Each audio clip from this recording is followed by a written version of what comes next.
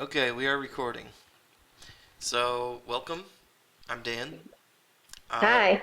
I've been quarantining as well. We just talked about that. As you can tell, I've got my pandemic beard going on. So, pretty soon I'll look like Jesus. It'll be great. uh, that's an aesthetic, though. That is an aesthetic. Yeah, so, welcome and basically, have you seen any of my previous videos like this before? I've seen a few. I found your channel. I found your channel through a Discord server, an MBTI Discord server. Okay, okay. So that's how I found you. Okay, cool. And I've been studying typology for 4 years, but I'm always on the fence about my type Mm-hmm. constantly because I'm like, what if I'm another type? And like, Yeah, it's kind of crazy. I know, and yeah, it can be hard to analyze your own mind objectively. Oh, yeah, definitely. Okay, yeah, so that's my MO for this channel and how I do things is just to try to help people have someone else's thoughts on the matter. Um, Okay, got it. and by being able to watch the video again and watch which ones I disqualify first and which functional pairs that I disqualify first, it may help you if you're on the fence about something. It would be interesting to see if those are the two that I come down to, or whatever few you come down to, or if I just completely disqualify one of them and the other one ends up being in the final list or whatever. So um, Yeah, yeah. I guess we'll see what happens. It's always a bit unpredictable, which is what I like about doing this. Yeah, it's totally fun. I totally get it. Um, The only thing I know for certain is my Enneagram type. That's it. okay. Well, I don't know. Yeah. I do know mine, but I don't know a ton about the Enneagram. So Okay, yeah. unfortunately, I wouldn't be able to talk too deeply about that with you. I guess the other thing I would mention is I prefer a more cooperative approach to this than maybe other typology people do, where they're trying to hard classify you or something. And I'm like, I'd prefer just I'm on your side basically, and like I'll just tell you what I think you are, and then we'll talk about it, and maybe you'll convince me or something else. You know what I mean? But you can All only right, cool. you can only know somebody so much in an hour. You know what I mean? Like, and everybody's unique. So I'll do my best. It's the way I would put Yeah, no, there's no push to be perfect, of course. Obviously, it's like you said, it's an hour. it. Right, exactly. So we'll go for half an hour, and then I'll go refresh my drink and think about everything we've talked about, and then I'll come back and we'll do another half an hour, and that'll be it. Okay, got it. Sounds good. Um, all right. So let me think of a good starter question to ask. Why do you think you want to know what your type is? I guess to put a definitive label on myself, because when I was younger, I was just like, oh, who am I? What's like, how do other people see me, I guess. And Hmm. that's kind of become more concrete as I've gotten older, especially within like these last couple months. I've been more like assertive. And as a result, I've been able to be like see myself more clearly, if that makes sense. Hmm. So by like kind of like taking action and being honest with how I feel like I have a stronger sense of self. Okay. Like before, I used to like deny certain aspects of myself, like oh, I'm not this like characteristic because it's like a bad characteristic. And then I kind of learned to accept certain things. Obviously, I'm not like 100% perfect, but Sure, but still a perfectionist. yeah, a little bit. And would you say that you have a higher standard for yourself than you have for other people, or do you have a high standard for other people higher than yourself, or would you say that you hold everyone to a high standard? Um, I try not to hold myself to a different standard than anyone else, but it's the inner critic, obviously, so that kind of like, kind of beats you down. Hmm. But I usually try to remain like objective with like everyone around me, even though I do have clear biases as to who like I like and don't like, things like that. What about those biases? What can you Uh, tell me about those biases? just like people who rub me the wrong way or just do something that's just I think is like not like stupid, but like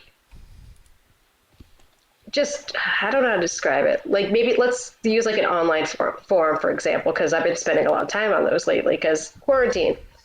Mm-hmm. So if someone acts like kind of like out of the norm, it's just kind of a little slightly annoying to me. Mm-hmm.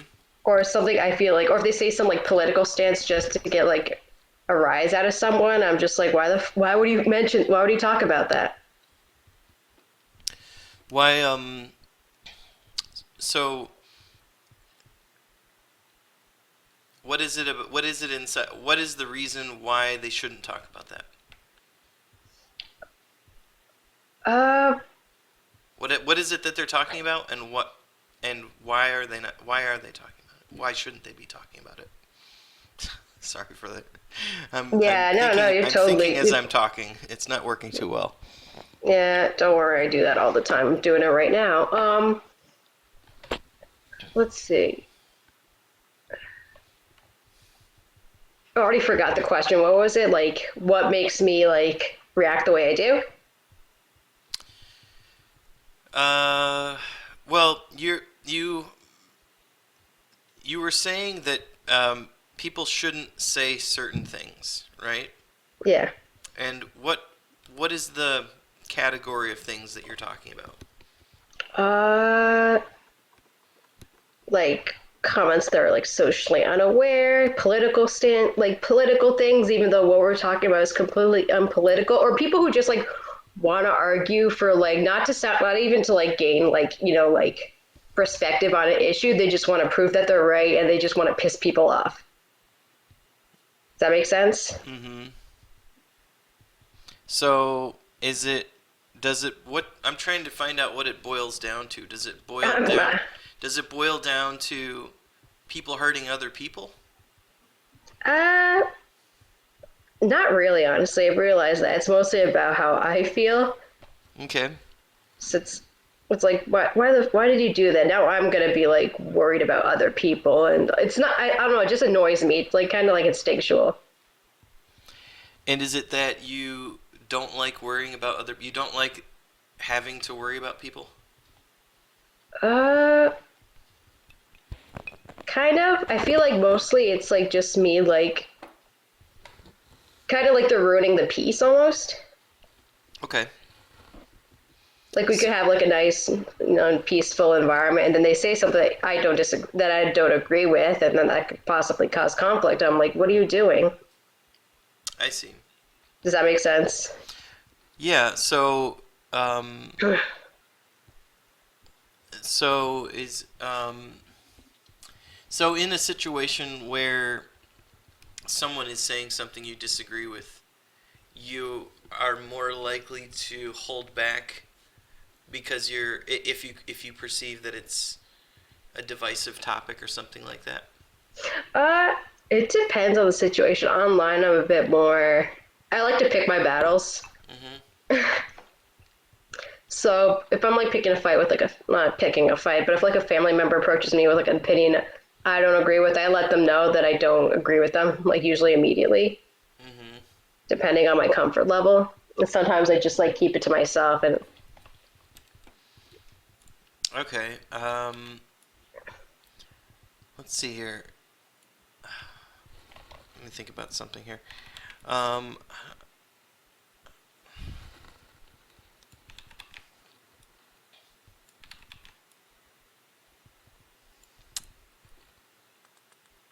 I'm trying to think of a good follow-up question that gets me to certain information that I want, but I'm trying to think of a good way to get it. Um, what's your what's your relationship with authority? uh, Are you more likely to be an authority? Are you more likely to align with an authority? Are you more likely to resist an authority? Where do you fall on that spectrum? uh, definitely resist. I kind of like to see myself as a little bit outside of it. So like if there's a group, I just kind of if the group doesn't meet my interests, I kind of like work outside of that, if that makes sense. But if someone tells me what to do and I don't like, if I don't respect that person or like what they're saying, I'm just going to automatically disagree with them and fight against it. Okay. Yeah. And why might you disagree with them or what they're saying? Like what's a I guess I don't that's like I don't like authority, I guess. Authority I don't respect. okay. But authority you do respect is fine. Like if they treat me like a person, if they're like, "Hey, could you do this?" Like if you're like a boss and you're nice, I'll be like, "Oh, sure, I'll do that, no problem." But if you're like, "Hey, do this because I told you so," no reason. What I'm not going to tell you why you're doing this, or the reason you're doing this is stupid. I think is like dumb. Yeah. Does that make sense? Like Yeah. I'm Yeah. trying to think of an example. Okay, for example, like if my dad like if if he's like yelling at me to turn off the light, but he's in the room, he could just clearly turn off the light. It would take more effort for me to go upstairs and turn off the light when he could just do it himself, and that'd be the end of it. Does that make sense? Mhm. I'm like, why is this hard? We do this every day. We do this at least once a week. um, would you say that you have? I mean, obviously, okay. So how have you been dealing with the quarantine? By the way. Uh, oh, first I was exhausted because I did work a demanding job before I was laid off, I guess, which was the beginning of this month. Hmm. So I was kind of like physically and mentally exhausted from that. So I took From the the work? job. Yeah, Yeah. because I woke up like early in the morning and I worked full time and it was very like monotonous. Like you do the same thing for hours on end kind of work, and it was just very mind numbing for me. The only Yeah. relief I got was like listening to music and podcasts. Hmm. But yeah, I took like a week or two to recover, and now I'm starting to lose it a little bit. Like I feel bored, restless. Like I just kind of want to like sit down and do nothing kind of thing. Like I know I'm like, oh shit, there's so many things I want to do. Like I want to start a podcast. I want to read more books, play more, make progress in my video games, write, get on those writing projects I've been putting off for months on end. But it's just like, no, I just want to like waste time on my phone and like veg out. And that's why I've been making it a habit of like going walking and things like that. But where I am right now, it's still kind of cold so, for this time of year anyway. So it's been hard, cold and rainy. Yeah.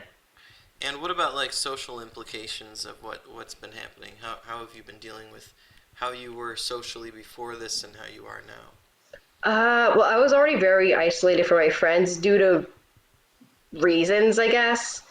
A lot of my friends I'm very close to, I went to college with and I graduated, so they do live in different parts of the state. Hmm. And some other friends, I do make an effort to see them. And I'm the person who's like, hey, let's do this, let's do that. Like I love going hiking, so I usually hit up like a buddy of mine, and we go hiking, we go try different like restaurants, Hmm. and then I have another friend. We do like D&D sessions and things like that. So I usually try to hit them up as much as I can, but I don't have transportation, and I don't live in a city with reliable transportation, so I have to rely on other people for transportation. So that's been inhibiting. Right. Otherwise, if I had my own transportation, I wouldn't be spending much time at home. I think I don't know. Like there are certain situations that energize me, and then others that just don't cut it for me. What kinds of situations energize you, and which kinds take your energy away? Honestly, anything with like close friend, not really. As long as I have like a good vibe about someone, I don't mind like hanging out with them. Maybe having like a deep discussion Hmm. about like random things, or just like honestly getting stoned with my friends is probably one of the best things. Yeah. Okay. Like hanging out, we talk about like theories, like oh, if we were in anime, what would it look like? Things like that, or like we watch things and then just make fun of them, Hmm. Hmm. like bad movies and stuff like that. Or Okay. just go on adventures, like spontaneous adventures to like McDonald's or to get chicken wings or to get like alcohol. This was all in college, by the way, and this was kind of like the highlight of my life. Now it's been low. It seems so quaint now, doesn't it? It's Yeah, like we were so young then. yeah, it's only been a year for me. I know. But it's like how little amount of time has passed and how old do we feel now because of all Yeah, this? exactly. Because of what's going on. Yeah, Yeah. 2020's been it's a decade. Yeah. 2020 is canceled, man. Let me Oh tell you. yeah, no, yeah. It's done. Um so I I'm getting somewhere. I want to ask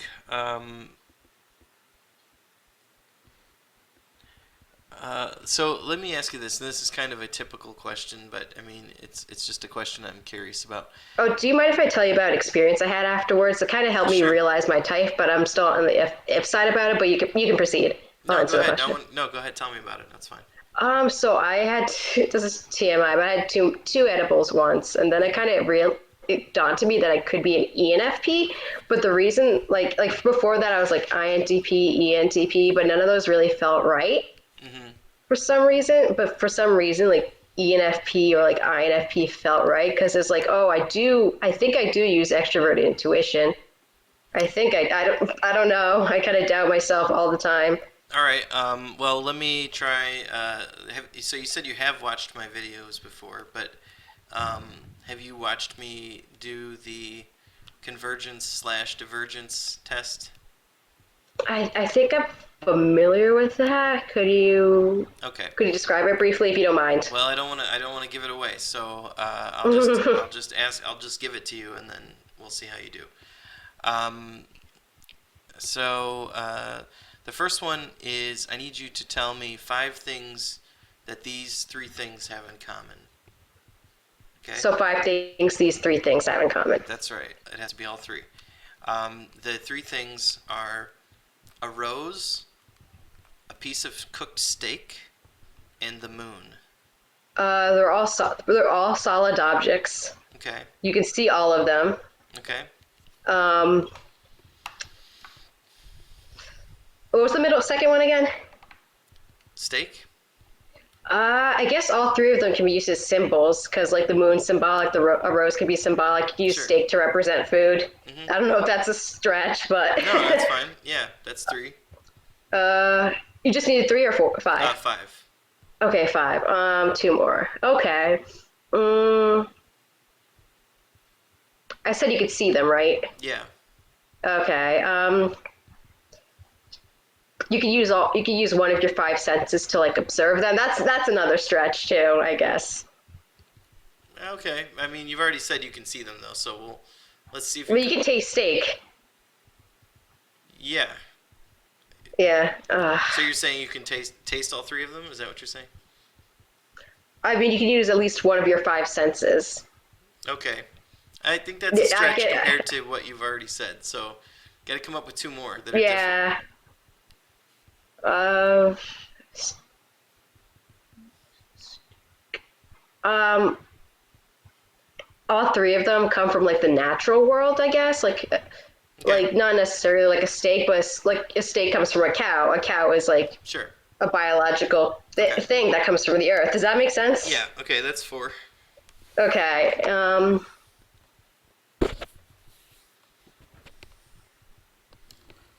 Hmm.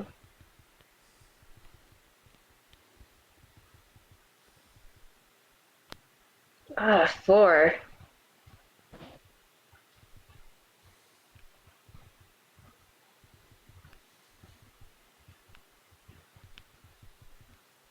Hmm.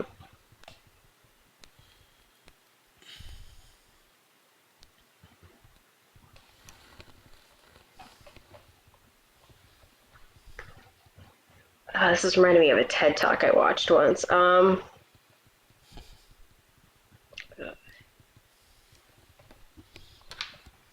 The moon. The moon is the one that's tripping me up because it's just so different.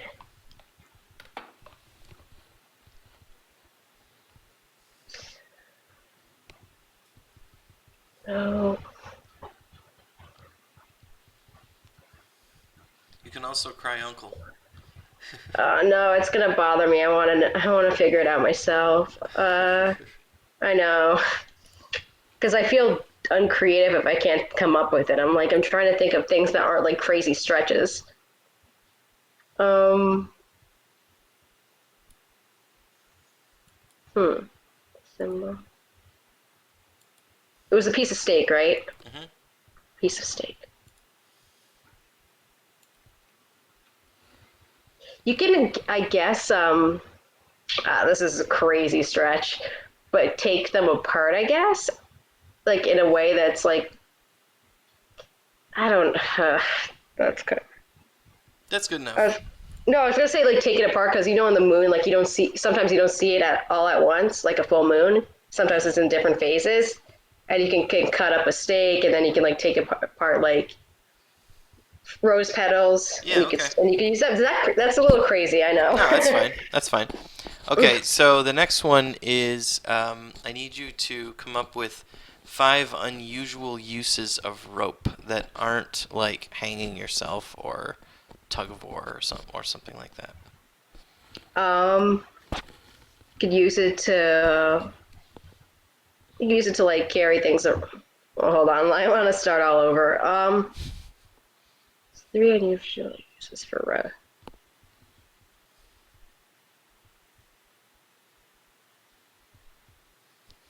Usual uses for rope. Uh, that don't have anything to do with like its original purpose, right? Right, well, just what would be considered normal uses. Okay. Hmm. God, rope is an object used often, is it? Um, I was gonna say you could use it to like pull an object like a wagon. Say like the lever's broken, you can use a rope to maybe like pull on it if you have it on you.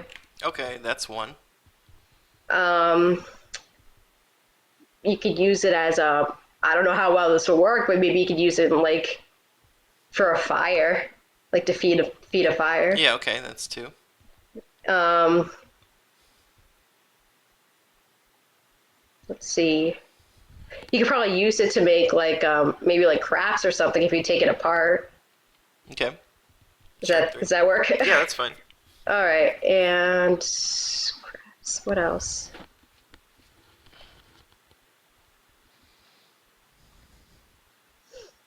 I guess you could use it to hold things together too. If you have like a bunch of rope and like,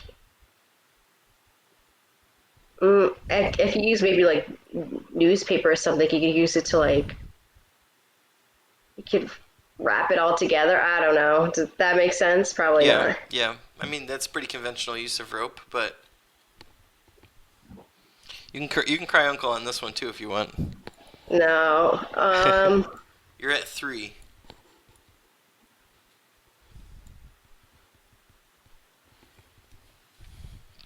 You didn't fail anything if you quit, by the way.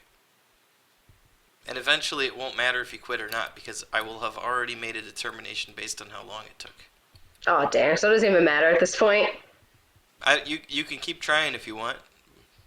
All right, I cry, Uncle. Rope isn't Okay. something I would use on a regular Okay. basis. Yeah, no problem.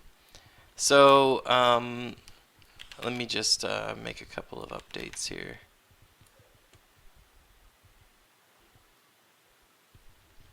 Um, I want you to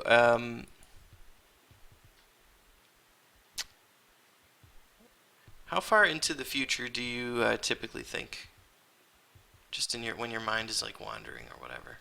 It changes a lot. Sometimes it's like a year, sometimes it's 10 years. I try not to think too far in the future, otherwise, existential dread just takes a hold of me, and I just. Yeah. So, like 10 years tops, usually. Okay. Do you think that you think about the Like, future? I think about, in regards to like the future, I mostly think about like my career, I guess, and where I want to be. Okay. Uh, do you think that you think about the future more than most people do? Mm,